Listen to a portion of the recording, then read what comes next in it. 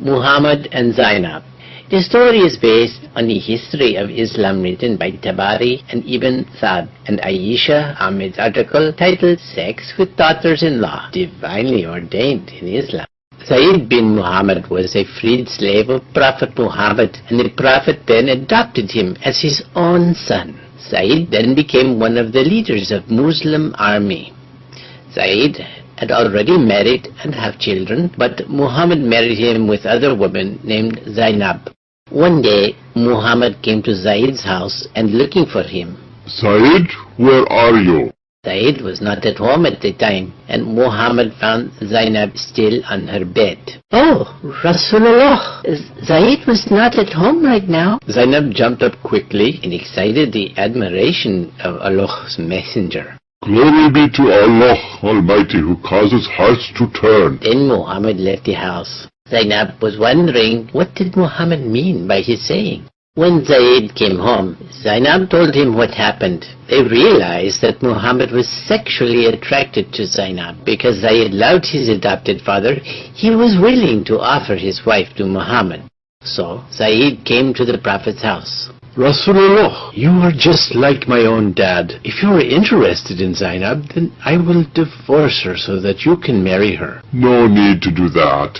Keep thy wife to thyself and fear Allah. I will not touch Zainab again for your sake, Rasulullah. Keep thy wife to thyself and fear Allah. Whew, what a relief. Although saying that, actually Muhammad hid his desire. Quran, Surah 33, verse 37. And when thou said unto him on whom Allah had conferred favor, and thou hast conferred favor, keep thy wife to thyself, and fear Allah, and thou didst hide in thy mind that which Allah was to bring to light, and thou didst fear mankind, whereas Allah had better right than thou should fear him. Ibn Sa'd wrote, when Muhammad was sitting and talking to Aisha, he suddenly was in a trance.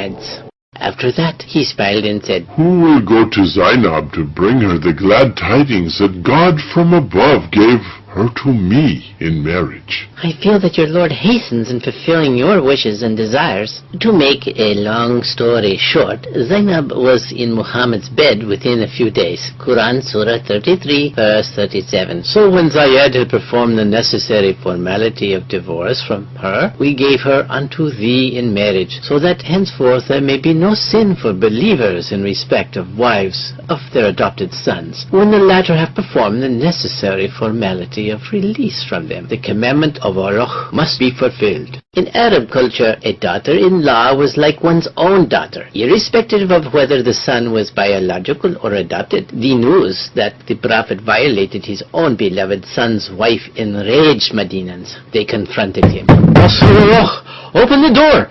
We have questions for you! MashaAllah, what has happened, my people? O Prophet of Allah, how could you? Of all the people and apostle of God, carrying out a disgusting and despicable act of sleeping with your own daughter-in-law? Your harem is bursting at the seams with young and beautiful wives. On top of that, you regularly take 20% cut from the crop of infidel captured women as your share of booty. Rasulullah, your act is an incest which puts the time-honored noble Arab tradition of adoption to shame. To me, the only noble and honorable act is to follow Allah's orders, and Allah was the one who ordered me to acquire Zainab. Here is the ayah, Surah 33, verse 37. We gave her, Zaid's wife, in marriage to thee, so that there should not be any fault in believers touching wives of their adopted sons. But how come you marry more than 4 wives? Wouldn't that still be called adultery? Oh, not at all, because I am allowed to have sex with my first cousins without marriage, and Zainab is the daughter of my aunt. Here's the ayah, Surah 33, verse 50. O Prophet, we have made lawful for thee the daughters of thy uncles paternal and aunts paternal, thy uncles maternal and aunts maternal, who have emigrated with thee. Prophet, are you sure that Surah 33, verse 50 was not brought to you by Satan, like he brought to you the satanic ayahs in Mecca? Oh, I don't get tricked by Satan anymore. I am dead sure that Jibreel brought it to me. Rasulullah, there is another matter which we'd like to discuss with you. We are told that you have been sleeping with Muslims after you sent us on jihad to far-off places. Is that true?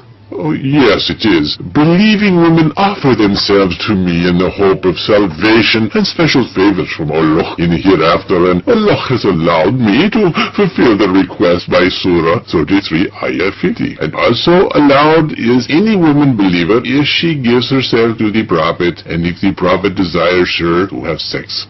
However, as you know, I'm a very busy man and cannot fulfill all requests. Besides, my wives get very antsy and jealous when I am with them. They also hate to see the long line of Muslims outside my room daily. Actually, your wives are the ones who informed us of this matter. They said that you get so drained and tired by the time you come to their rooms. You fall asleep right after prayers. Some of your younger wives look so jealous and outraged that we could have easily taken advantage of them, like Safwan bin Mu'attal is rumored to have done with the resentful and angry Aisha on the way back from Mustalik after you dumped her for Juvaria. You yourself believe she did it and had sent her to her dad's house. Allah is aware of that. That is why He has ordered my wives to be segregated and veiled from now on. You are not allowed to come to my home without permission anymore, and only allowed to talk to them from behind a curtain, if you must. Here is the revelation. Surah 33, Ayah 53. O you who believe, do not enter the house of the Prophet unless permission is given. And when ye ask of them, the wives of the Prophet, anything, ask it of them from behind the curtain. And Allah has also given stern warning to my misbehaving wives.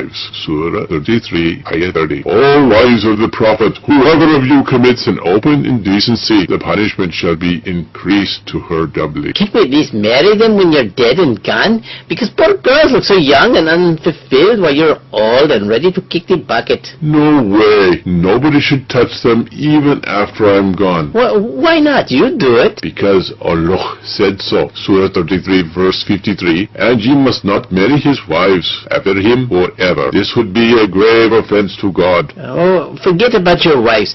What about one-night stands with their cousins and other Muslims if they offer themselves to us? No one-night stands for you. You can sleep with them only if you marry them. Why not? You do it. Because one-night stands is a privilege only for me, not for anyone else. Here is the continuation of Surah 33, verse 50. That is a special privilege for thee, not for other believers. They are only allowed their married wives and their right hands But Prophet of Allah, does not Surah 33 verse 21 say you are a role model, and Surah 3 verse 31 says we are to follow your example if we love Allah? Allah said not to irritate your Prophet. And then those ayahs are really bullshit. But because when you indulge in incest and adultery, Allah endorses it right away. And when we want to follow you and do the same, Allah calls it adultery and calls for flogging and stoning. Why? Allah said not to irritate your Prophet, and you are irritating the hell out of me. Surah 33, verse 53. It is not right for you to annoy and irritate the Prophet of God. Can't we even ask questions? No, if you ask questions, you will end up getting beheaded. Where does it say that in the Quran? Sure it does.